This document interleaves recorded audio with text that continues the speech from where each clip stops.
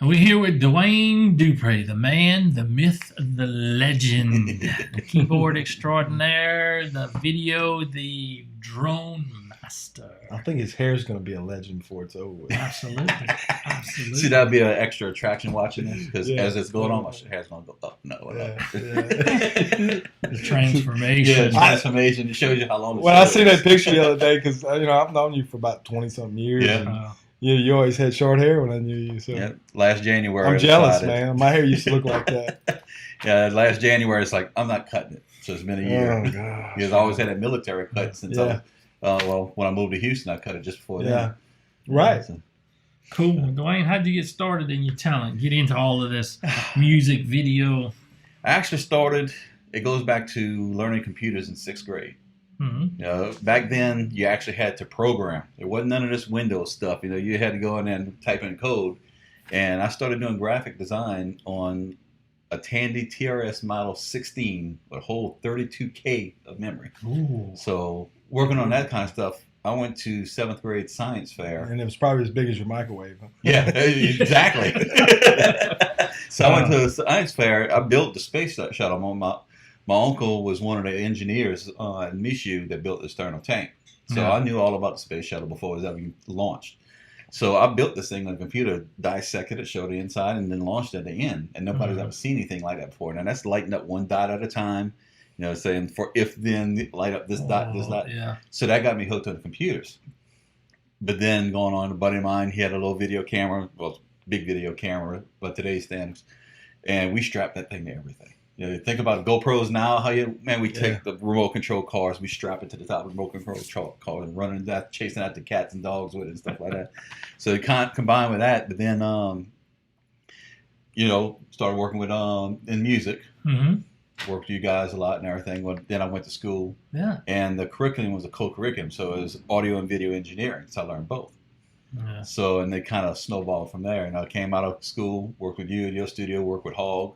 Yeah. And then Martin False from HTV called me up, wanted me to go work for him at the station because he was going to build a recording studio and he wanted me to be the engineer. So I got to the station. Of course, he never built the studio. Yeah. But once I got there, I became chief news photographer almost immediately. I was editing newscasts and just caught the video bug and haven't looked back since. So once I got in that and we started getting to more nonlinear editing and graphic design special effects, that's where the computers came back around again. Yeah. And that's what I really like doing, special effects. I like telling somebody, okay, we have this house here, we need to blow it up in the scene, but we can't actually blow it up. Yeah. That's where I come in. I blow it up. Mm-hmm. Things like that. Or I have one scene I did where we needed a steam engine to be running through downtown Baton Rouge. Mm-hmm. So I built the whole thing in 3D and had a steam engine running through town with cars crossing the track behind and everything. It looked like it was absolutely real. Well, maybe you can show me how to give myself more hair like yours. I can do that.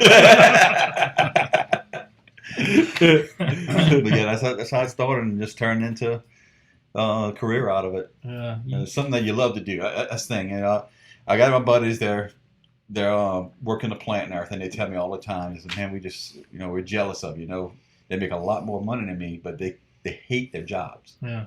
Whereas, I'm not making a lot of money like they do, but I love my job. I love doing it. When I finish work at the end of the day, I'm going home and I'm doing it again at the house. You go home energized. Not worn out. Yeah. So I'll get on the computer and still work on stuff. Sure. Just having fun with it, doing it for myself, or even if it's something for the office, I'm enjoying doing it. I definitely understand that, because lately that's all I've been doing is this stuff, and I've done the other too, so, and I enjoy this a lot more, and I can work 12, 15-hour days easy. So for me, it's not really like work. Yeah, exactly. I enjoy it. Flies. Yeah, it does. It does. Yeah. I go to bed and take a nap for 3 hours. I get up and do some more. And See, that's how I am. In the middle of the night, I'm having more energy in the middle of the night. All of a sudden, these things pop in my head. And if I don't get up and go do it, I'm never going to get to sleep. Yeah. I'm the same way. I know the feeling. You have any projects coming up that you can talk about? Or? We have, we just finished up shooting a series. Got 20 episodes in the can, and we're starting to push it out there. Mm-hmm. It's called Get You Real with Jeffrey and Chuck. Jeffrey is my boss, Jeffrey Horner. He's owner of VRS Media Group. And then Chuck Bush. Chuck Bush, real famous guy. He was in the movie Fandango with Kevin Costner and Judd Nelson. He's the big guy. Like Chuck said the other day, he's 6'7" and a little bit. That's how he says Yeah, a it. little bit. Yeah. So we've been working with Chuck, great guy, and all. And they're doing one, Get Real with Jeffrey and Chuck. It started out, Jeffrey and Chuck would meet every week and just discuss what's on their heart, what's bothering them, how to get through things and all. And it's kind of offshoot of this men's group we go to on Wednesdays, where we have a group of guys, about 15 of us, and it's the same thing. We go in there, and instead of having somebody just preach the word or anything, we go in there and one guy takes the lead, but if somebody has something on their heart, we'll go off in that offshoot there and address that issue and talk to them, talk about the scripture and everything, and help people through problems that they may have. Well, Jeffrey and Chuck realized that, hey, we need to record this. There's so many men out there that are either afraid to talk about it out loud, or they don't have anybody to talk to, because you need another man to talk to about it to realize that everybody goes through this. Mm-hmm. You're not an island. That's their favorite saying. Don't be an island is what they say at the end of every show. So they said, well, let's record this, and it turned into Get Real with Jeffrey and Chuck, and they'll go at it. We'll record 5 shows in a day. And they just go at it, and it's gotten to where they get so into it that at call time, we hit that dead end where we got to end the show because it's going on the air. We'll keep on recording, and we'll do after shows where they'll just keep on continuing the subject, and we'll post those kind of as a teaser to bring people into the show. So, we got that. We have another show we actually started a year ago as 5-minute segments. We bring in people in different companies, and it's kind of advertisement for them. They come in, they talk about their company, ask a question and everything. We tell them about it.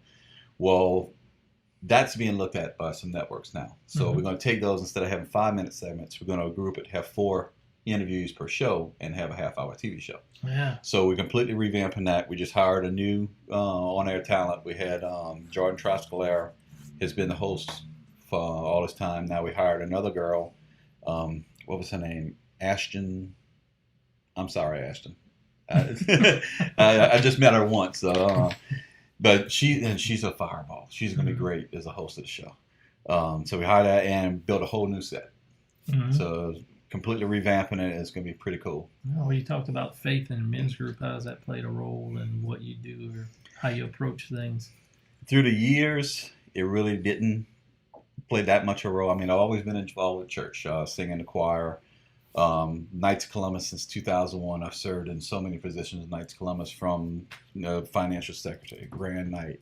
I've served on the state level, doing things, doing graphic design, doing TV work. In fact, the editing system I have at home, they actually paid for, so I could do all that type of stuff for them. So I still do that on the side, free for them. But it wasn't until I started working with Jeffrey that I really started looking for that relationship. Going beyond just going. Go to church every Sunday, sing every Sunday and everything. But going to those men's groups and doing this show, Get Real with Jeffrey and Chuck, has brought it to a new level where, I'm looking for that relationship. So, and that kind of changed. Since I used to work for another company, and we did some movies that, in the world movies, it wasn't, like, never did any kind of pornos or anything like that. But the last movie we did was kind of hard edge. And now I look back and I see those scenes, and it shakes me when I hear it. Especially I did a cameo shot one scene, and the first on-air thing is I'm screaming out a curse word. And it just shakes me every time I hear that now that I did that. So it's changed the way I talk, how I think.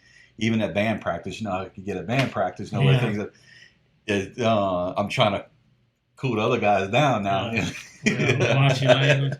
And it also amazes, like, you have daughters. Yes. And when we were younger, like you say, we used to play music in circles and hang out and stuff or whatever. Yeah. You get a totally different perspective, when you have children. Yeah. Now, and you got to watch what you say, I don't know much about that, No, that's right. Only when I have kids. But I will say this, as far as faith goes, you make a very good point. For me, it's who, when I wake up in the morning, who do I see in the mirror? Yeah. If I see the good Lord, it's going to be a good day. Yeah. But if I see that other person or that, and so that's how I wake up every morning. It'll be a rough ride. I want to see the good Lord when I wake up in the morning, and I hope that He's there. So cool. And on that note, y'all hang out like a hair and a biscuit. We'll be right back. We'll be back with Dwayne Dupre, and Dwayne, we're going to talk about. You alluded to the technology involved in everything you do and computer programs. So what type of computer programs or technology you use to do all these fancy things that you do? I usually have 3 to 4 different programs open on my desktop at one time. You know, editing in Premiere, doing compositing in After Effects, doing the parts of the compositing in Photoshop, bringing them into After Effects. The 3D stuff is a program called Blender, which is actually an open source program. Yeah. But I've used Lightwave, I've used Maya, I've used all that stuff before, and I could do everything I did in those programs with Blender and make it look photorealistic. I mean, over the years we used Lightwave, and it always looked animated. And the stuff I've been turning out lately with Blender, there's so many people that think it's absolutely real. Wow. In fact, our 2 shows, giving away a hint here, is actually VR sets. Yeah. I completely built those sets in my bedroom. And that's all green screen stuff, right? Using green screen. So, got any tips or tricks for green screen people out there? Watch your reflections. and I'm listening real intently. Yeah. I'm the one that edits the shows. So. Yeah, green bounces everywhere. You don't even realize. We were talking about that earlier. Yeah, I mean, it's it is what it is, and you think you got it, and then you go back and post, and you got a hole through the person's shirt. That's where and the shirt might be black, but if there's green reflecting on it, it's hard to get it out sometimes. Sure, There's that balance you gotta do. So, but I did all this stuff. In fact, I did a big scene years ago. We did a movie, and the entire scene was a big nightclub. I mean, tons of people. There's stuff going on. There's lights flashing everywhere. The dance floor was an 8-foot circle, and the dance floor is all LED lights flashing and everything. The entire thing was green screen. Wow. Built it all in After Effects. What kind of lighting tips you have for anybody out there? Lighting, we use mostly LEDs now. Mm-hmm. You don't have to worry about the heat. You don't have your talent just melting on you anymore. Yeah. It's easier to control. They're dimmable. You control the color. Yeah. But just started lighting things differently lately. Just working with shadows more. Instead of trying to get rid of shadows, we're actually adding in more shadows, making it more interesting. Make it a little more realistic. Yeah. a little more especially dramatic shooting. effect. Yeah, I mean, for doing a talk show and everything, I'll light it like we have here. But we do a lot of high-end production stuff, national spots and all. And in that case, you want to light it more like film. I was looking at actually researching special effects with lighting yesterday, and I'll show you the website afterwards. But I mean, you can set lights now to look like lightning.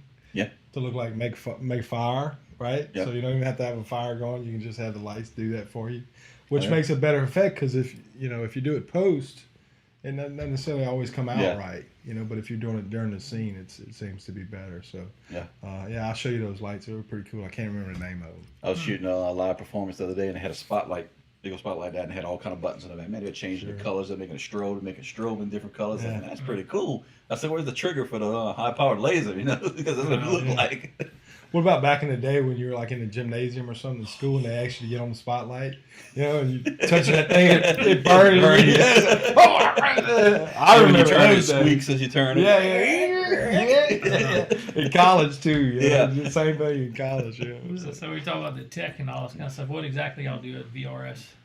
We do corporate and commercial stuff. We when I started working there, it was called Video Reflections Studio, and we did all kinds of entertainment stuff, which we still do, which is like dance recitals, plays, and things, like high-end plays. Also did weddings at the time too. Well, in 2015, we stopped booking weddings to concentrate more on corporate stuff. Yeah. That way we have our weekends off except for in dance season. And at that time, it changed to VRS Media Group because there's so many people still thinking we did the weddings, and also still VRS stands for Video Reflection Studio, but now that's the parent company. VRS Media Group is the actual operations. And but we do a lot of corporate stuff. We work in the plants. We're getting ready. Next month, we're actually shooting an international video for a company. They're based out of, they have a Geismar location. They had a location in China. And the other location, I can't remember exactly what country it is, but it's in the Switzerland, Norway area. Can't think of it right now off the spot. But we're doing a big show for them. They're coming in. We're bringing in people from all over the world to interview them. And then we're going to shoot all the B-roll at the Geismar facility. So we do that kind of stuff. We just shot a big thing for WeBank, which is women-owned businesses. It's a nationwide company, it's a nationwide organization. Yeah. And they were having a week-long conference at the Shell training facility in Robert. And we went in there, did interviews, shot them doing all stuff, put it all together to really promote the program. We do that kind of stuff. We've been doing some national level spots. We just did Berkshire Hathaway. Did a beautiful shot for them. We were really happy with it. Shot everything. We went in and said, let us take this one. Now, we did a commercial for them before, and I said, we have an idea for this. Let us do it. So my boss, Jeffrey, he wrote the script. Then we sat down together, and we storyboarded by pulling in stuff that we liked, that we saw on the internet. We want the shot to look similar to this. So we grabbed that shot. We just put the whole thing together and built the commercial before we shot an inch of footage. Yeah, sure. And got it. Okay, this looks good. I actually went in and wrote the music. I got the big rolling X8 now. Do you use storyboards sometimes? Yeah. On projects like that, yeah. Sure. Run and gun stuff, not so much. We have an idea. We do, when we have the script, we'll put down on the side of it what we're kind of looking for, but we'll overshoot. Anything you see, you get it. Or a shot sheet. Yeah, basically with a shot sheet going along with the script. But something like that, yeah, we storyboarded from end to end, and went out, shot it. Had some really, really good shots. I seen the commercial you showed me earlier. Yeah. It was really good, and we'll show some of their work during this episode. So all VRS Media stuff, and I've been cheating and looking at their stuff. Trying to gain a little knowledge. That was one of the first ones we really started working with. I'm not saying I'm going to steal anything you're doing. Yeah. I'm just saying I'm learning. They always say the way to get what you want, you don't steal, but you mimic. Which you flattery, it's flattery. You watch episodes, watch something on YouTube, and if you really like that style, pay attention to how they lit it, how they shot, look at the angles, how they moved it, and mimic that style if you want to make your stuff look like that. Yeah, I was talking to somebody yesterday or the day before, day before yesterday, and he was talking to a famous director, and the guy said, "Look," he said, "make sure you do all your terrible stuff first. Yeah, do it while you early, and then later on you get into the better stuff." But it's all about experience and life experiences. And I can remember you guys whenever he was shooting a video. You were shooting a video for Hoyt for one of his songs, and so we all had to start somewhere. Right? Oh yeah. I remember the first time I grabbed the camera, but his camera was telling me about the way to mount and everything. Sure. I have this video. It's still got on VHS. It's called Yard Pass. It will make you absolutely sick because the camera's all like this. The whole thing because it's one of these things where the viewfinder was kicked up instead of being in line with the camera. So I'm constantly looking like this trying to find, and it's zoomed all the way in. It's horrible. So I go from that to starting at the TV station, and they see my footage the first day, and they loved it because it was so steady. Right. And I didn't even have a tripod with me. They want to know what tripod I used that day. It's y'all didn't give me one. I was all handheld. Yeah. So suddenly I become news photographer immediately. Wow. So to go from all this to that, and I'm still a stickler on that when I'm shooting. It's like if I'm doing any kind of pan or something, I'm shooting something. Sure. If I have just the slightest catch in, I'm gonna shoot it again. It drives Jeffrey nuts sometimes because sometimes I do overshoot. You sound like one of the directors. But when it comes to that stuff, I'm a perfectionist on that stuff. Sure, I want it to be perfect. I don't want to have to fix it in post if I don't have to. Well, sure, yeah. Well, me and Hoyt talk about that too. And the difference between when you first start and when you to this point. And we've only in 8 episodes, but we were talking about it the other day, and I'm not going to mention the name, but there's another guy that does podcasts, and I mean, he's hugely popular. So me and Hoyt were talking about him, and I went back and found his first episode that he did, and I sent it to Hoyt. It was funny, wasn't it? I mean, it was horrible. Yeah. Ours was a lot better for the first episode, so I felt a little better after seeing that. And that was kind of my point. I wanted him to understand it. It's going to take some time. We'll get there, though. And you just never know. Sometimes, there's this one guy I follow. He has 10 million followers. Sure. And he does everything right. He breaks all the rules, but the way he breaks it is just brilliant. You gotta watch him. Yeah. And on that note, y'all just hang out. We'll be right back.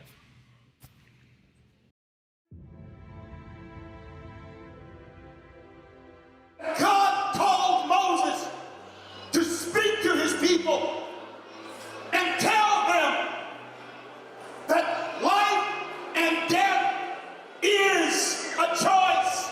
Choose life. Our message here today is that every life deserves a lifetime.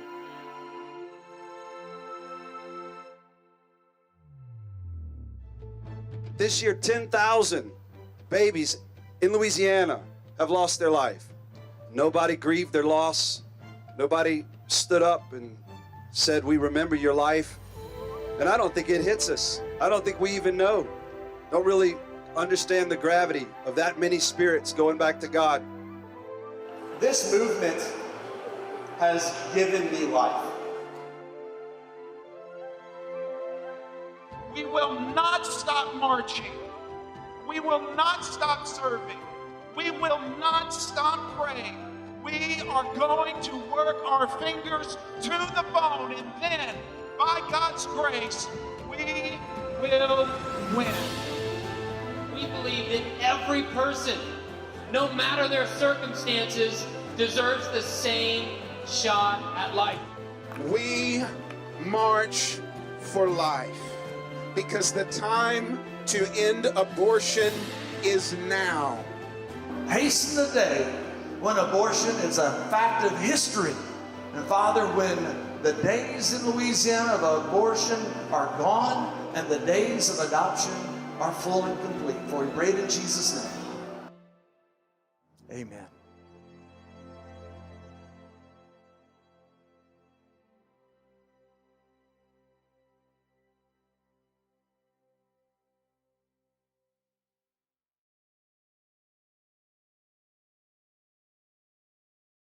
We hanging out on this Mardi Gras day with Dwayne Dupre, just fine as frog's hair. So give us a shot of if that hair could sing, it might sing. No. Hey, I did all those years of singing and never had the hair to go on with it. So Hey, I'm letting jealous. it grow down because they got me doing lead singing stuff, so I'm gonna play the part. There you go. There you Get go. you some weaves. Yeah. But anyway, we were talking about technology and all of this fun stuff you guys do at video, whatever. Where'd you learn how to do this? How'd you get into learning? I got how to into do it. I started as recording at Technosound is what got me into it. Watching Tony. Tony and Nelson. Tony No, Daigle. Tony Daigle and Yeah. Nelson Blanchard. Nelson Nelson, Blanchard. Nelson wasn't there the day I was there, but watching Tony, it's like I could do this stuff. So about the same time, my little sister graduated high school, and she was going to the Art Institute of Houston. So I went along for the open house, and it's like, I love this. You know, this is what I'm doing on the side anyway. So I ended up signing going to Art Institute, and it was called Music and Video Business, but it was audio and video engineering is what it was, because that's all we did. You know, and this was old school. This was analog audio. This was tape to tape editing, everything. Back in the day. Yeah, the Photoshop didn't exist yet. This was in fact, my last year there, they got in a video toaster, which had Photoshop type of capabilities. And only me and one other guy were allowed into the room. Same thing with the MIDI room. They built a MIDI room, and I was the only person in the entire school allowed into it because I had so much experience ahead of time with all my keyboards and all. Yeah. So got into that and just took off from there, learning more and more. From that point on, it's really self-taught because everything I'm using now didn't exist when I went to school. Yeah. So I'm constantly watching tutorials. You know, nightly I'll find something either for 3D stuff, compositing, just always furthering your education. You can't sit still because they got too many kids that were brought up with this stuff. You know, just like I started out programming computers, they're doing this high-end editing and compositing stuff in middle school. Yeah. So I got to stay ahead of them. Yeah. Because it's too easy for them to come up and for a company to hire them for minimum wage doing the same thing. So I got to make sure that I keep the edge. And speaking of the edge, let's talk about drones. The king of the drone shots. That's the next thing. Started flying them 2-3 years ago before the licenses came out. You know, they didn't have the rules yet with the FAA, so it's kind of a gray area what you could use it for. So start out with a Phantom, and we just get little shots here and there when we do the weddings. It's just something using it as a tool. In fact, we still, even the new one we have now, high-end Inspire 2 5.2K camera, and this thing's unbelievable. It's just one of our tools. It's not something we go out and that's our only business. There's so many of them that's drones is the whole business, whereas this is another camera platform for us. But a little over 2 years ago, they came out with, okay, here's the rules. The FAA says you got to get a license. Originally, it was you had to be a pilot already, a Part 61 pilot, in order to get a drone license to fly it. Well, they changed those rules a couple of years ago, and now anybody could go. You basically go through ground school. You learn just about anything the pilot's going to learn on the ground, short of actually flying a plane. Weather, reading weather charts. Airspace is the biggest thing. Knowing your airspace is where you can fly, when you can fly, how high you can fly, all those different things, checking conditions and all. You go through all that. I went through a training course for about a month or so, and I went to take the test. So I'm actually a licensed pilot now, Part 107 pilot. And in fact, 3 months ago, I went back and I had to renew that license. You got to renew it every 2 years. It never expires, but you got to recertify every 2 years. So I did that. And we've been I just recently used it on a film project with Chuck Bush, where I did some dollar shots for him, did some overhead shots. I can't talk about on air what the shots were because it's still in production. I got to keep that under wraps. But yeah, we were able to use the drones for shots that normally you'd have a big camera on dollies rolling backwards or on the side of the actor. Well, I flew the drone alongside and as he was walking, I'm going along with him. And then we reverse the angle, and I'm walking the drone backwards as he's walking towards it to get the shots. And then some just overhead views and stuff. Well, I imagine that's a lot less stuff to set up, because on the old shots you had to put tracks out with somebody pushing someone and make sure everything is stabilized and shockproof. I mean, they were doing some pickup shots that morning, and I wasn't even involved with the project. I was being shot out of our office. And Chuck said, I got an idea for a shot. So with no prep work or anything other than checking my readings, and I'll make sure everything was good to fly. There wasn't no flight restrictions or anything. We're up and running in a few minutes. We were able to get those shots. So what kind of drone you have? Tell us something about the drones and the equipment. It's a DJI Inspire 2. It's about yay big. It's one of these that when it takes off, gets about 4 foot up in the air, and the landing gear raised. So it puts the props way up in the air, and the camera's hanging below. So I could shoot. Got exactly what angle. I could probably shoot it like on a 60-degree angle up without catching those props or any of the plane. So I could shoot down, shoot that, and it also has a targeting system on it, where as I'm flying, I could look at the screen and I see my target. I just draw a box around it, and that camera's gonna lock in. So no matter where I'm flying the drone, which way it's going, that camera's locked in on that target. In fact, I gave Corey a shot. I'll have full aerial division demo on there talking about all the things we do with it, but there's also one that's just a Corvette, Barry St. Germain. We did a scene out in the field where we put Barry in his wife's Corvette and did a chase scene with the drone. Yeah, I saw it. I like it. Yeah, we'll show it on the show. Definitely. So that was fun doing that. That's back before they neutered my drone though. When it first came out, it'd do about 80 miles an hour, wide open, and it got to the point where people were crashing the drones because they put it in speed mode, put the throttle wide open, and don't let off of it. Well, those batteries get hot, and so they were running wide open, and all of a sudden the thing just falls out the sky. So they brought it down so they can't push it that hard. Governor them. Yeah, they govern it. And they've done it twice to me now. The first it was 80, then it's down to 70. Now I might be pushing 60 right now with a good tailwind, but that's still fast in the sky. It's real fast. Yeah. Sure. That's some good shots. Most definitely. Yeah. Is there any kind of software you use with the drone, or particular? It's actually all self-contained. We do have some other software we use if we're doing.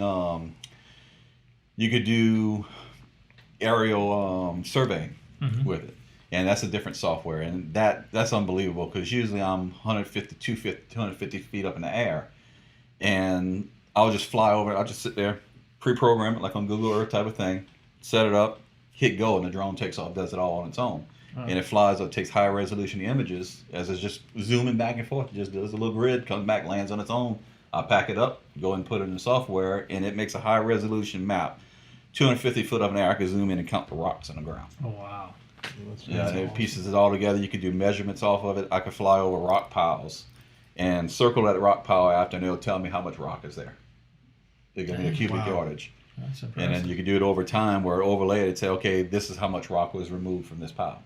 So that's another. We don't use that as much, but we have that capability. Yeah. You can do that. What kind of other cameras and stuff y'all use? Anything else? We have. Well, I'm We have giving away a lot of secrets, but Well, we have cameras for different things. You know, we got one big camera. It's got a 35 millimeter. How you call it? The chip in it is a Super 35. Yeah, yeah, Cinema 35, Super 35 chip in it, and it's just real. It's got real nice depth of field. That's the one we use for our big projects. You know, it has that film look. yeah. And those are made for cinematic looks. Yeah, it's not good for run and gun because it's A little too heavy. well, no, it's not heavy at all. Actually, it's the okay. same size as the other ones. The lens is heavy. That prime lens The is balance, heavy. maybe. Yeah, but the reason we don't use it is because it's only manual focus, and it's such a precise focus. Right. You know, you're dealing in low light situations on a low f-stop. You got that much room for your focus. Somebody just moves their head like this, they're out of focus that fast. That's exactly right. So for that, we use that camera for completely controlled situations where you're looking for that film look. We got another JVC that's a run and gun, all-purpose camera. Works great in any situation. Sure. We got another one. It's another kind of run and gun camera. It's a Panasonic. That one's great for high frame rate, so you get it super slow motion.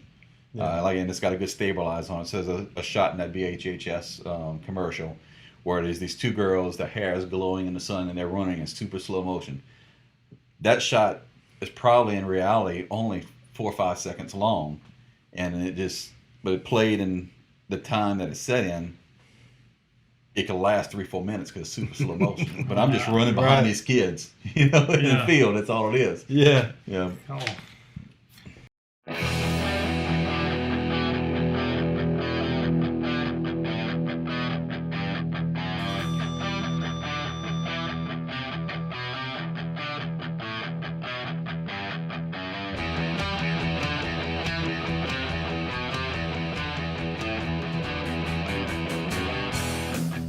My name is Dwayne Dupre. I'm production manager and UAS pilot for VRS Media Group. I've been flying model aircraft for some time now and started flying quadcopters a couple of years ago.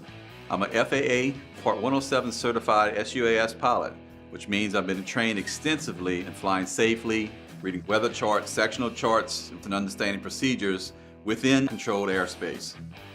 This certification allows our company to fly commercially, giving our clients professional, quality video footage and still images of their projects at a fair price. We've chosen the DJI Inspire 2 as our primary aircraft because of its versatility.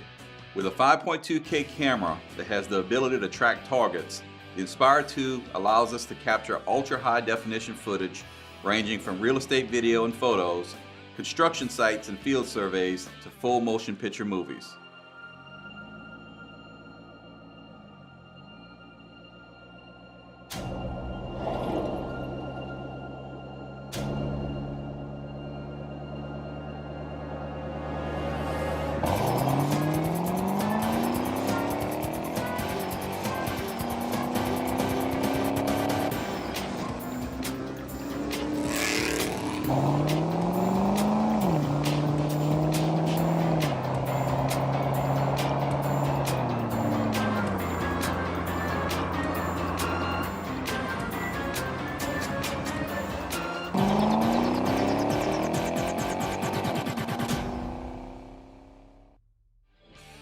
We have the ability to capture those exciting shots that are normally more expensive and more dangerous when using manned aircraft.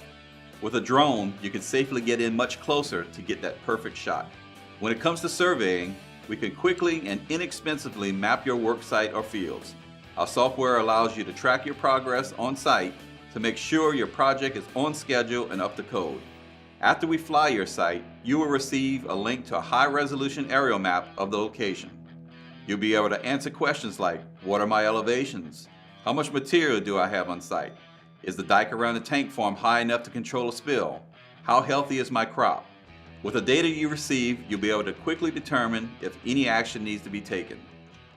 With VRS Media Group, you are not only getting trained licensed pilots, you get producers with over 30 years experience capturing photos and videos. We're now carrying that expertise from the ground to the sky. So if you need aerial videos or photos for real estate or other properties, we can deliver the high quality, high resolution imagery you need.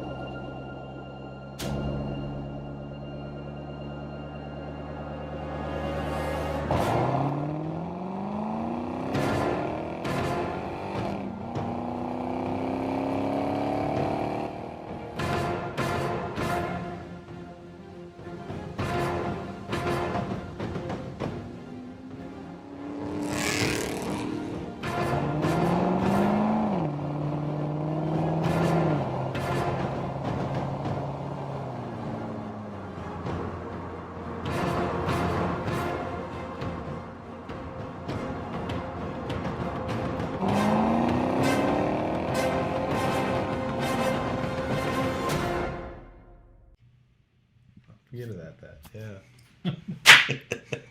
I had to get a clap out. Gee, thanks. You just really helped a lot. Yeah. Which clap was it?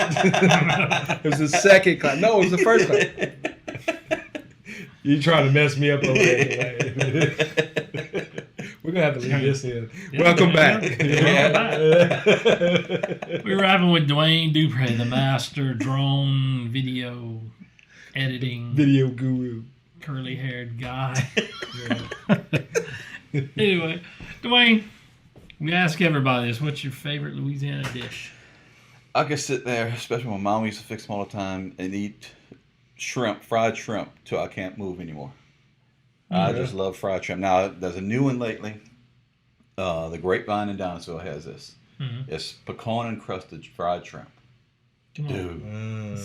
God, it's. I really can't explain what it. I guess the only thing I can think of is like you're eating a pecan pie, that filling, you know. Yeah. So in the shrimps and that, but I don't know if that's what it is or not. But man, it's good. Yeah, it's good. In fact, it's an appetizer there, and I'll go and I'll order that as my meal. Mm-hmm. Yeah. Gee, thanks, bro.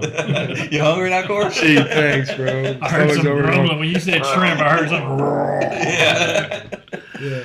Oh, so outside of all the drone stuff and work and things you do at VRS, what other pursuits you have or interests or hobbies? I know you play keyboards. Yep. In fact, that's how you and I met up playing music and all. Yeah, I've been playing keyboard. Started out playing saxophone in high school. Then played bassoon, played tenor sax, and then got into the stage band, did a little keyboard then. Mm-hmm. And I was on the little mini key things and all. Yeah. And then actually learned watching my mom.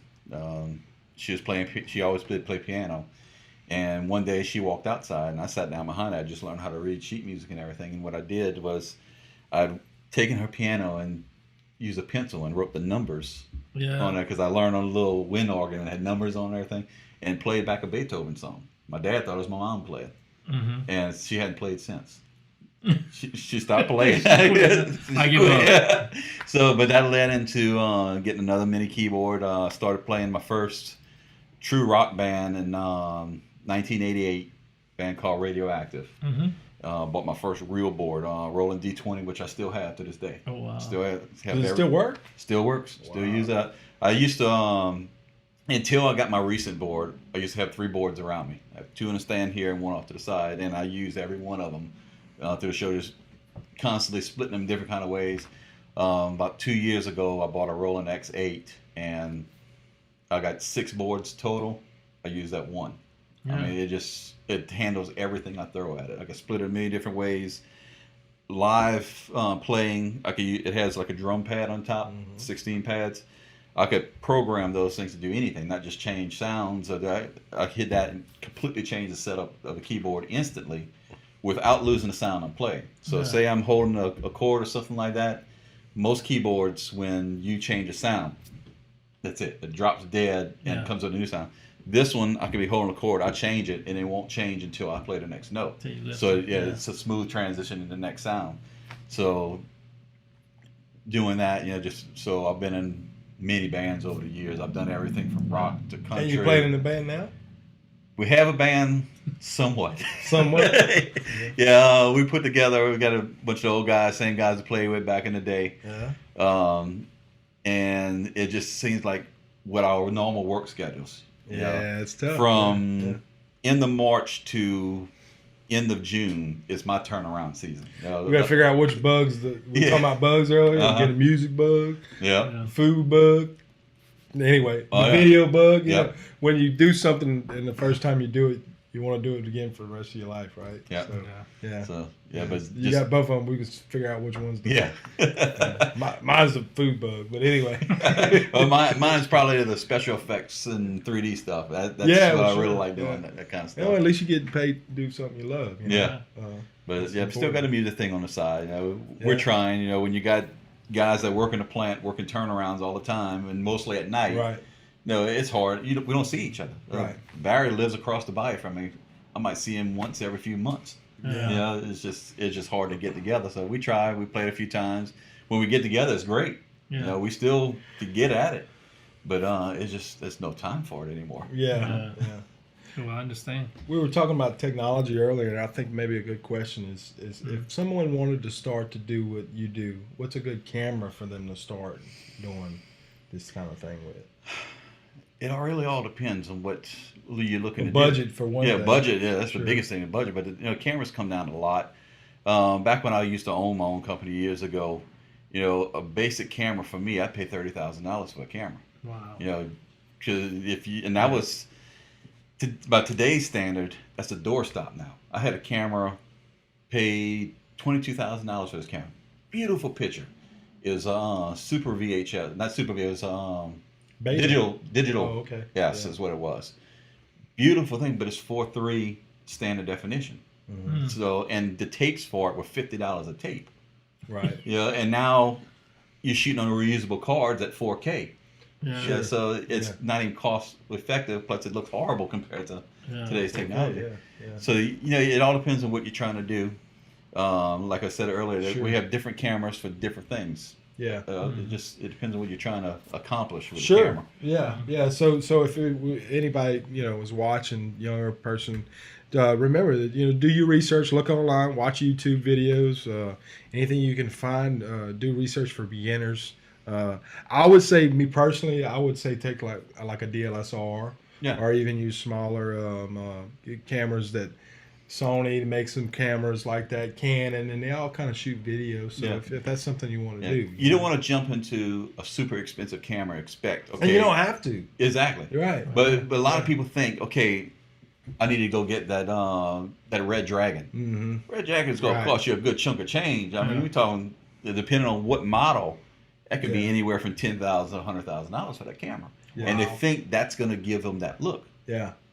It's not in the camera at all. If you don't know how to use that camera, you don't know how to light for that camera, you don't know how to set up that camera. Right. Somebody with an iPhone is going to make something that looks 10 times better than what you shot with that Red Dragon. And I was just fixing to say the same thing. We know for a fact that they've made movies with iPhones. And, I actually shoot some video for this show with my phone, which shoots 4K. And so, it's in your pocket. If you really want to get into this and start making little videos, post them online for your friends and stuff like that.